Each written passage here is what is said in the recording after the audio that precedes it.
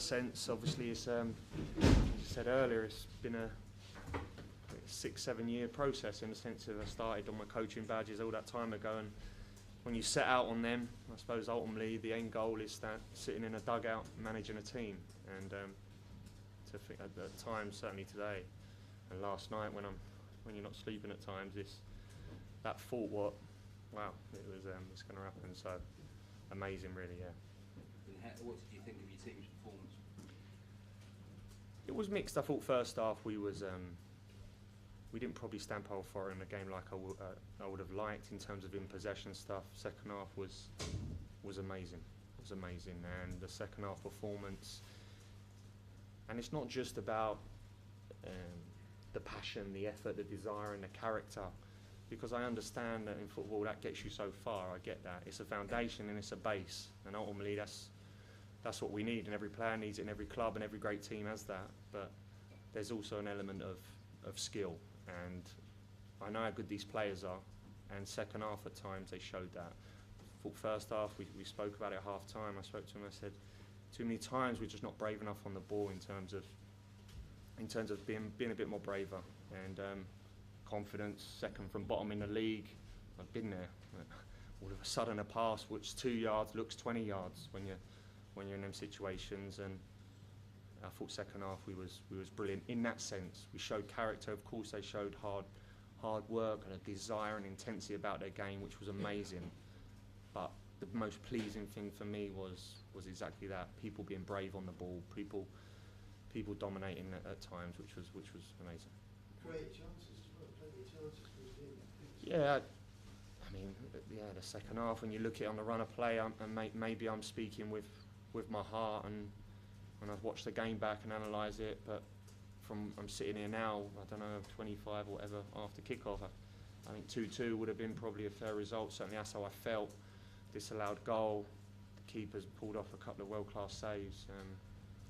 So yeah, we did, to be fair. So it was again pleasing. What was your view of that incident at the end, the Sessegnon offside? Yeah, it looks offside, to be fair. I mean, I think it's minimal. Don't get me wrong, but it's the right call. Yeah, probably the right call.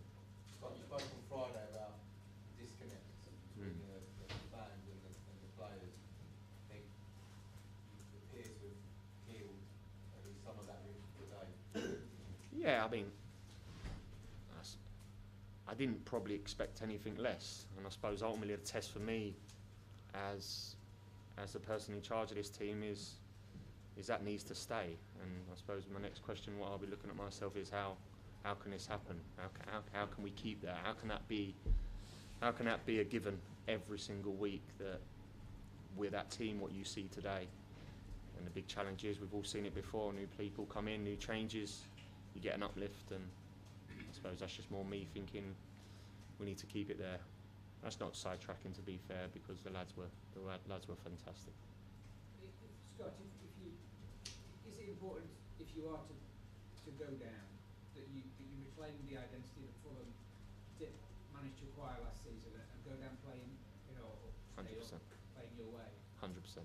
That's, for me, that's totally it. Like, I wouldn't want to do it any other way, and if someone told me from above, I'm not your guy, so there's no point in me carrying on in that sense, because I've been here. I was a player here for 4 years. I come back now as a coach, and ultimately there was a brand, there was an identity to Fulham which everyone could understand. When you say Fulham, there's key things what come out of it. It's passing team, lovely football club, a real family knit club.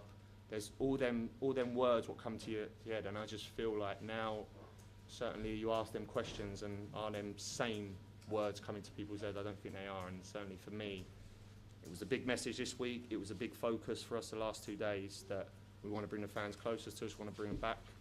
I feel like we've done that, but like I say, it's just a minor little step, because the next one's... What did you say to Sessegnon before the game, and what did you think of his performance? Obviously this season's not quite worked out how we expected. Yeah. You must have been encouraged with what you saw. What did you say to him before the game? Because obviously he's a young lad. I mean, I've known Sessegnon since he was a 16-year-old boy when he come over and train with us, shy, quiet, but see his talent from day one. And I just said to him, listen, I've been at your age before, at 18, and like I just said earlier before, that everything feels like it's coming on top. So I feel like he's probably had the weight on his shoulders the last few months because he ain't been playing well. And that's the facts. The facts are he hasn't probably been performing for a number of reasons. A young boy playing in a tough league, the best league in the world, not probably at it where he needs to be, and all of a sudden it feels daunting. And I just tried to free him up today. That's the way I said it to all of them. I don't care what mistakes you make, and that was my message to Cess, really. Final question at the back, Darren, please. You talked about the identity, the branding, the club maybe being a bit far away from that. With all of that in mind, in the summer, when the vehicle goes and the debts are gone, with the players maybe playing for their futures. Yeah. To be fair, in the sense of me answering that question is probably difficult in that sense, Darren, in the sense, at this present moment in time, I'm caretaker. Have I got a long-term view on how I want this club to go? Of course I have, and will I try my hardest, whether I'm here in 10 games' time or whether I'm not, I'll still be making the same comments and the same efforts to say, look, this is probably what needs to happen to put this club in a better place. And like anything, you get relegated, football clubs change. Players, staff, they have to, because you've gone from the best league in the world, was billions and billions of pounds to obviously the Championship. It's difficult, so no doubt there will be some restructuring in that sense, but it's probably a conversation to have back end of the season. Okay, guys, thank you.